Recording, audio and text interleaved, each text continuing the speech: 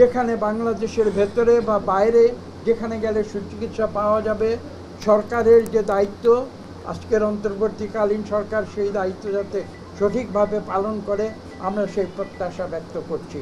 এবং আমরা যারা সরকারে নেই কিন্তু তা সত্ত্বেও আমরা এই দেশের মানুষ, আমরা সমব্যথী।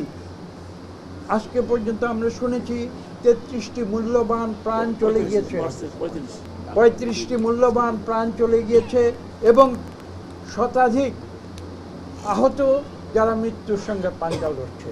কাজেই আমরা এটাই বলবো যে মহান আল্লাহ তাআলার কাছে আমরা দোয়া করেছি তিনি যেন আহত যারা আছেন তাদের যেন তিনি সুস্থ করে দেন, এবং যারা শহীদ হয়েছে আমরা প্রত্যাশা করব তাদের যারা আত্মীয় পরিজন এবং পিতা মাতা যারা রয়েছে, যে পিতা মাতা চোখের সামনে তাদের সন্তান সন্ততি, আজকে ফারুক হোসেন সাহেবের কন্যা মাত্র 11 বছর বয়স, সে চলে গেছে, সেই দুঃখ সহ্য করার শক্তি মহান আল্লাহ তাআলা যাতে জনাব ফারুক সাহেবকে দেন, আমরা সেই প্রার্থনা মহান আল্লাহ তাআলার কাছে।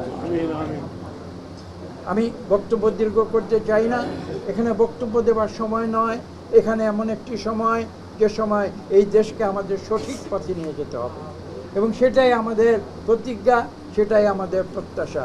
আমরা এই দেশের 18 কোটি মানুষ আমাদের আস্থা রেখেছি এই অন্তর্বর্তীকালীন সরকারের উপরে, এবং আমরা বিশ্বাস করি এই অন্তর্বর্তীকালীন সরকার তারা বিভিন্ন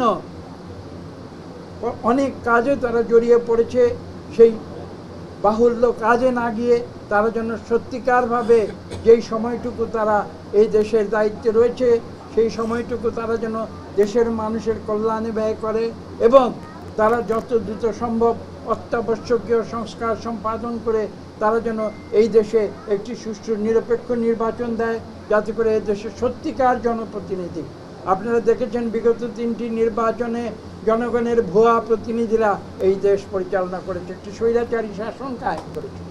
আমরা চাই যে এই অন্তর্বর্তীকালীন স্বল্পতম সময়ে সত্যিকারভাবে যারা জনগণের নির্বাচিত প্রতিনিধি একটি সুষ্ঠু নিরপেক্ষ নির্বাচনের মাধ্যমে সেটা নির্ধারিত করে তারা এই দেশের পরিচালনার দায়িত্ব জনগণের হাতে ছেড়ে দেবে, এই প্রত্যাশা আমরা ব্যক্ত করছি।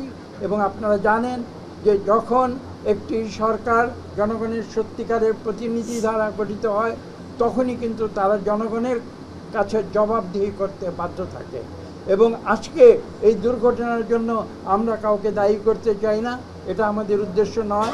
কিন্তু আমাদের প্রশ্ন হচ্ছে এই যে জনগণের সত্যিকার প্রতিনিধিরা যখন সরকারে আসবে তারা যেন দায়িত্বের সঙ্গে দায়িত্ব এই দেশ পরিচালনা করবে, এবং সেই পন্থা যাতে যত শীঘ্র উন্মুক্ত হয় আমরা সেই প্রত্যাশা করি।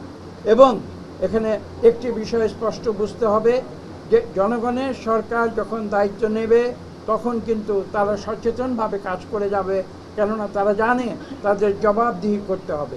এবং একটি নির্বাচনেই কোনো চিরদিনের জন্য কোনো সরকার আসে না। আমরা জানি যে রাজনীতি যারা আমরা করি আমাদের জনগণের কাছে বারবার পরীক্ষা দিতে হয়, আমরা একটি পরীক্ষা দিয়ে নির্বাচন করি, আমরা যদি দায়িত্ব পাই কাজ করি, সে কাজের জন্য জবাবদিহি করি, এবং পরবর্তীতে আমরা আবার জনগণের মুখোমুখি হই প্রতি 5 বছর অন্তর, যখন জনগণ আমাদের পরীক্ষা নেয় এবং সে পরীক্ষায় যদি আমরা উন্নীত হই তাহলেই কিন্তু আমরা আবার পরবর্তীতে সরকার গঠন করতে পারি, অন্যথায় নয়। কাজেই একটি দেশ পরিচালনা করতে গেলে নানান রকমের সমস্যা আসে, দুর্ঘটনা আসে, এবং একটি সত্যিকার জনপ্রতিনিধিত্বশীল সরকার সেই পরিস্থিতি যাতে সঠিকভাবে মোকাবেলা করতে পারে জবাবদিহিতার সঙ্গে, সেটাই আমরা প্রত্যাশা করি। এবং এই অন্তর্বর্তীকালীন সরকারের কাছে আমরা বলবো যারা নিহত হয়েছে, যারা শহীদ হয়েছে, যারা আহত রয়েছে তাদের সুচিকিৎসার ব্যবস্থা করা, এবং যারা নিহত হয়েছে তাদের পরিবারবর্গের জন্য যথাযোগ্য ক্ষতিপূরণের ব্যবস্থা করা, এটা আজকের সরকারের দায়িত্ব। সবাইকে ধন্যবাদ।